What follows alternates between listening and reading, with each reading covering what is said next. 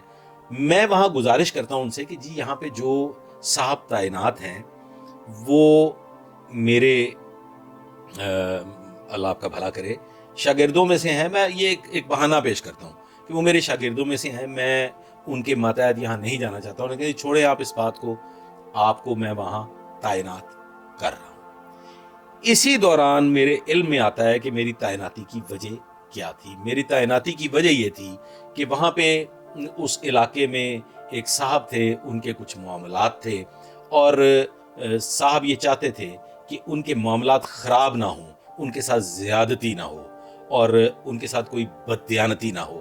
تو incharge investigation تفتیش سے متعلقہ معاملات کو چونکہ وہ لک آفٹر کرتا ہے, تو یہ میرا انتخاب کیا گیا. خیر, میں نے وہاں رپورٹ کی. رپورٹ کرنے کے بعد وہی آفیسر جو میرے شاگرد بھی تھے اور جن کے ساتھ میری بہت محبت تھی, ایک دن میں رخصت پہ تھا کہ مجھے میرے ماتحت نے فون کر کے بتایا کہ یہ فلاں فلاں کوئی مثل ہے اور یہ مثل جو ہے یہ طلب کی گئی ہے. خواتین و حضرات, آن اوتھ میں عرض کرتا ہوں, جو بعد میں ثابت بھی ہو گیا, مجھے اس مثل اور اس مقدمہ کی نسبت علم ہی نہیں تھا. نہ وہ میرے پاس آئی, اس کی تفتیش کون کر رہا تھا, وہ کس کے پاس تھی, میرے علم میں ہی نہیں. لیکن اس مثل کو سکروٹینی کے لیے ڈویژنل آفس میں منگوایا گیا. اس کی سکروٹنی وغیرہ ہوتی رہی, جس کا مجھے شدید رنج ہوا کہ اس افسر نے مجھ سے اس بات کا ذکر کیوں نہیں کیا. میں 3 دن کی رخصت پہ ہوں, میں 3 دن کے بعد آ جاتا بطور انچارج انویسٹیگیشن, یہ مجھ سے ڈسکس کرتے. اگر اس مثل سے متعلقہ کوئی معاملات تھے وہ بھی ہم ڈسکس کر لیتے, لیکن انہوں نے مجھ سے گفتگو کرنا پسند نہیں کیا. وہ مثل میں نکلا بھی کچھ نہیں, میرا اس مثل سے تعلق بھی کوئی نہ نکلا. میں نے وہ مثل ملاحظہ بھی نہیں کی تھی. وہ جس افسر کے پاس تھی وہ افسر کے پاس ہی تھی اور اس نے واپس محرر کے پاس بھی جمع نہیں کروائی تھی, لہذا وہ مثل میری نظر سے بھی نہیں گزری تھی. ان صاحب کو بارکیف اس بات کی شرمندگی تو یقیناً بہت ہوئی ہوگی, لیکن میں تھوڑا سا طبیعت میری ذرا خراب رہتی تھی بطور پولیس آفیسر. مجھے یہ بات انتہائی ناگوار گزری. میں رخصت سے واپس آیا, میں اپنے ڈویژنل آفس گیا اور ڈویژنل آفس جا کے میں نے برملا اس بات کا اظہار کیا کہ پی ایس او صاحب سے کہا, میں نے کہا کی کڈ لیا جی چو. میں کہتا ہوں یقیناً بڑی شرم آئی ہوئے گی. ان لوگوں نے یہ سمجھا کہ شاید اس مقدمہ کے باعث, اس مقدمہ کو لے کے میری یہاں پہ تعیناتی کی گئی ہے کہ شاید میں اس مقدمہ میں کوئی مدعی مقدمہ کی من مرضی کے مطابق معاملات جو ہیں ان کو حل کروں گا. لیکن ایسا ہرگز نہیں تھا. انہیں بڑی شرمندگی ہوئی, لیکن نتیجتاً میں نے وہاں رہنا مناسب نہیں سمجھا. میں نے اپنے کمانڈر سے عرض کیا کہ سر مجھے یہاں سے ٹرانسفر کر دیا جائے۔ خواتین و حضرات، مجھے وہاں سے ٹرانسفر کیا گیا، اور جس تھانہ سے میں اس ڈویژن میں ٹرانسفر ہو کے گیا تھا، وہ جو کینٹ ڈویژن کا ایک بہترین تھانہ تھا، وہاں سے اس تھانے میں میں نے اپنی ٹرانسفر کے وقت اپنی ایک قریبی شخص کی وہاں پہ پوسٹنگ کروائی، اور وہ وہاں تعینات ہوئے۔ لہذا اس تھانے میں تو جانے کا سوال پیدا نہیں ہوتا تھا، مجھے اسی سے ملحقہ ایک اس سے بھی بہترین تھانہ میں بطور انچارج انویسٹیگیشن تعینات کر دیا گیا۔ خواتین و حضرات، میں وہاں اپنے کارہائے نمایاں سر انجام دیتا رہا، تفتیش کے معاملات دیکھتا رہا اور بڑے بہترین انداز میں دیکھتا رہا، کرائم فائٹ کیا، اور بڑے بڑے اہم معاملات، بڑے بڑے قبضہ مافیا کے ایشوز جو تھے ان کو ریزالو کیا۔ اس دوران ایک قتل ہو جاتا ہے، وہ انتہائی اہم نوعیت کا قتل تھا، اور اس قتل کو لے کے آگے کیا ہوا وہ میں گزارش کرتا ہوں، لیکن یہاں پہ میں ایک چیز اس میں ایڈ کر دوں۔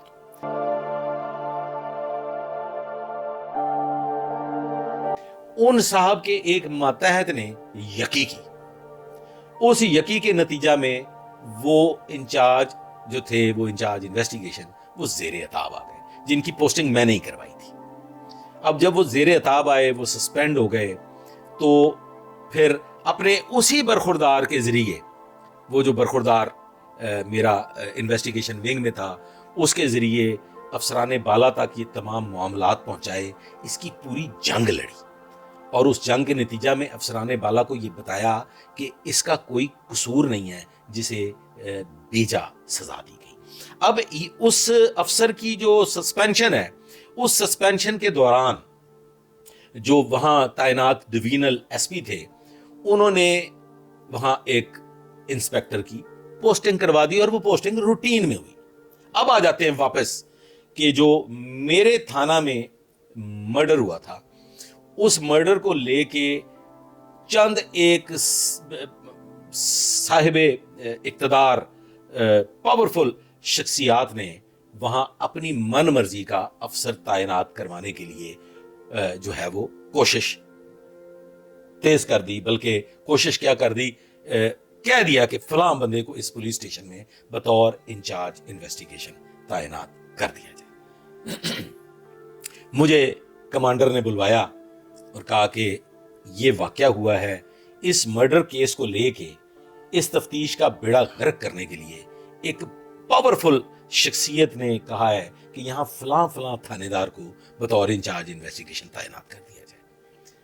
تو میں آپ کو یہاں سے ٹرانسفر کر رہا ہوں، لیکن میں یہ نہیں چاہتا کہ یہ تفتیش وہ تھانے دار کرے، کیونکہ مجھے پتا ہے کہ اسی تفتیش کو لے کے وہ یہاں پہ پوسٹنگ لے رہا ہے، اور اس تفتیش کا وہ بیڑا غرق کرے گا، اور یہ بڑی جو ہے وہ ایک عجیب و غریب صورتحال پیدا ہوگی، معاملات خراب ہو سکتے ہیں۔ تو کیا کیا جائے؟ میں نے کہا سر یہ تو مسئلہ ہی کوئی نہیں ہے، یہ فلاں فلاں انسپیکٹر تعینات ہیں تفتیش، ان کے سپرد کر دی جائے۔ ان نے کہا اگر میں تفتیش اس کے سپرد کروں گا تو پھر یہ اور معاملہ جو ہے یہ فلیئر اپ ہو جائے گا کہ یہ تفتیش کیوں یہاں سے ٹرانسفر کی گئی، جبکہ وہ تھانے دار وہاں تعیناتی ہی اس لیے لینا چاہتا ہے کہ وہ اس تفتیش کو عمل میں لائے۔ میں نے کہا سر یہ کوئی ایشو نہیں ہے، میں یہاں سے روانگی سے قبل اس میں 780A ایجاد کر دیتا ہوں، جو ایک ماتحت پولیس آفیسر سب انسپیکٹر رینک کا وہ تفتیش نہیں کر سکتا، وہ لازماً کسی انسپیکٹر رینک کے عہدہ کے آفیسر کو جانی ہے، تو یہاں پہ ایک انسپیکٹر تعینات ہے، وہ تفتیش آٹومیٹکلی اس کو چلی جائے گی۔ انہوں نے کہا یار ویری گڈ، ویل ڈن، میرا آپ نے بوجھ ہلکا کر دیا ہے، ورنہ میں اس بوجھ تلے دبا رہتا کہ ایک تو میں نے سفارشی پوسٹنگ کر دی، اور جس وجہ سے یہ پوسٹنگ لی گئی وہ مقدمہ بھی خراب ہوا، تو آپ ایسا کر دیں۔ خواتین و حضرات، میں نے اس میں 780A ایجاد کیا، اور وہ تفتیش اس انسپیکٹر کے پاس چلی گئی۔ مجھے تھانہ ہنجروال بھجوا دیا گیا۔ بہرکیف وہاں سے پھر ایک میں نے گزارش کی کہ جناب یہ نہیں، تو مجھے پھر اس سے آگے ایک اور پولیس اسٹیشن میں بھجوایا گیا۔ اس پولیس اسٹیشن میں جب میں گیا تو وہ انتہائی عجیب و غریب پولیس اسٹیشن تھا. وہاں پہ خواتین کے کیسز بہت زیادہ تھے اور خواتین بھی کچھ اس قسم کی تھیں کہ میں نے مناسب نہیں سمجھا کہ میں یہاں رہوں.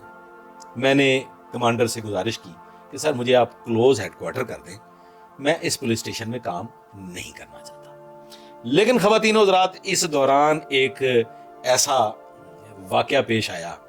وہ واقعہ یہ پیش آیا کہ وہ جو تھانے دار صاحب اس تھانہ میں بطور انچارج تعینات ہوئے تھے جبرن, ان کو اس بات کا احساس ہو گیا کہ جس تفتیش کے لیے میں نے یہاں تعیناتی لی ہے وہ تفتیش بھی یہاں نہیں رہی, وہ بھی آگے چلی گئی. افسر بھی میں نے ناراض کر دیا اور اس افسر کی ناراضگی مول لینا مناسب نہیں. اس نے بخوشی خود گزارش کر کے وہاں سے اپنا ٹرانسفر کروا لیا اور مجھے پھر واپس اسی پولیس اسٹیشن میں تعینات کر دیا گیا. خواتین و حضرات,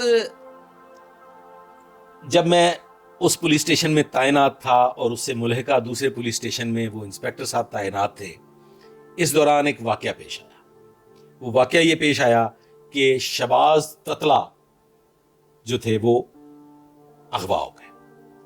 اب شہباز تتلہ جب اغوا ہو گئے تو مجھے اس سلسلہ میں وہاں جانا پڑا. لاہور پولیس میں ایک رواج تھا, بلکہ آج بھی یہ رواج ہے کہ جب کوئی اہم نوعیت کا معاملہ درپیش ہوتا ہے تو پھر سب مل بیٹھتے ہیں اور سر جوڑ کے اس کے لیے کوشش کرتے ہیں.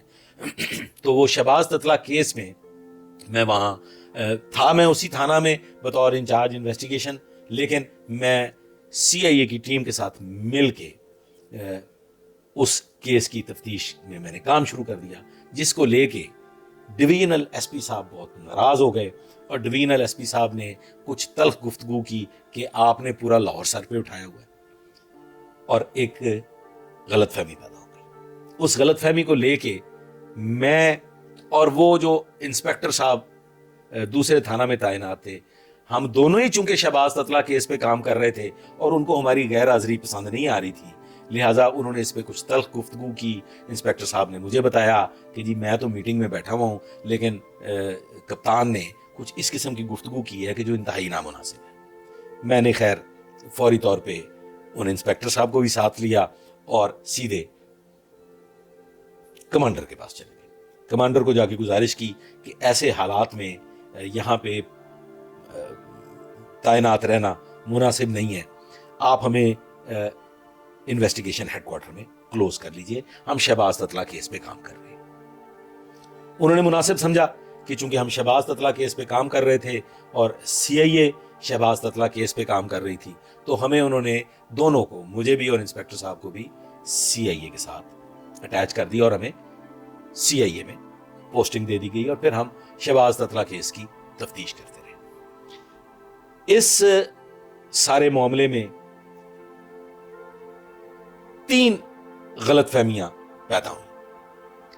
پہلی غلط فہمی کہ وہ جو آفیسر میں نے بطور انچارج انویسٹیگیشن تعینات کروایا تھا, اس نے یہ سمجھا کہ یہ یہاں پہ انسپیکٹر کو تعینات کروایا گیا ہے, وہ جس تھانے کا میں ذکر کر رہا ہوں وہ جو قتل کا مقدمہ تھا اس قتل کی تفتیش کے لیے, جبکہ ایسا نہیں تھا. وہ تھانہ چند ناگزیر وجوہات کی بنا پہ خالی ہوا اور وہ انسپیکٹر روٹین میں وہاں تعینات ہوا, اور انہی 2 دنوں کے اندر اندر اس مرڈر کیس کی تفتیش کو لے کے مجھے وہاں سے ٹرانسفر کروایا گیا اور وہاں ایک سب انسپیکٹر نے پوسٹنگ لی. اور وہ تفتیش کیوں اس انسپیکٹر کے پاس گئی وہ میں پہلے آپ کو عرض کر چکا ہوں, لیکن وہ جو سب انسپیکٹر صاحب وہاں سے معطل ہوئے تھے, وہ جو سب انسپیکٹر صاحب بڑے قریبی, جن سے خونی نہیں لیکن بڑا محبت کا رشتہ تھا, وہ یہ سمجھتے رہے کہ مجھے تو سوچے سمجھے منصوبہ کے تحت سسپینڈ کروایا گیا, جبکہ ان کو ری انسٹیٹ کروانے کے لیے میں نے ایڑی چوٹی کا زور لگایا اور اپنے برخوردار پی ایس او کے ذریعے افسران بالا کو اس بات کی یقین دہانی کروائی گئی کہ یہ سب انسپیکٹر بے گناہ ہے.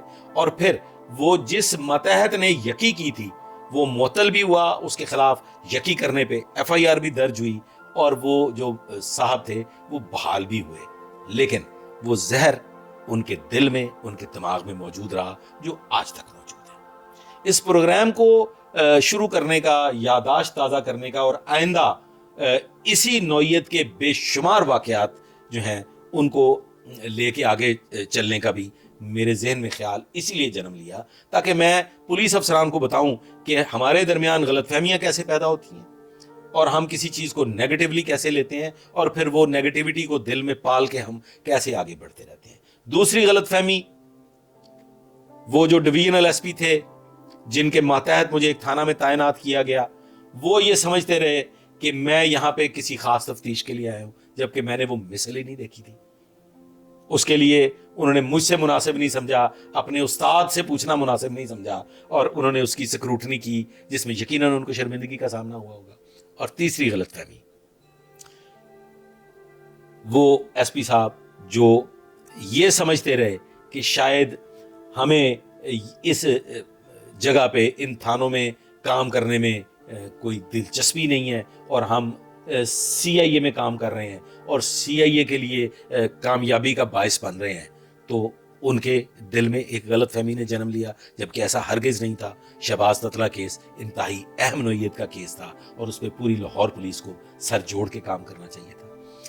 اس سے بھی بہترین، دلچسپ اور سنسنی خیز واقعات کے لیے میرے ساتھ جڑے رہیے گا۔ آج تک کے لیے بس اتنا ہی، دعا میں یاد رکھیے گا۔ اللہ حافظ۔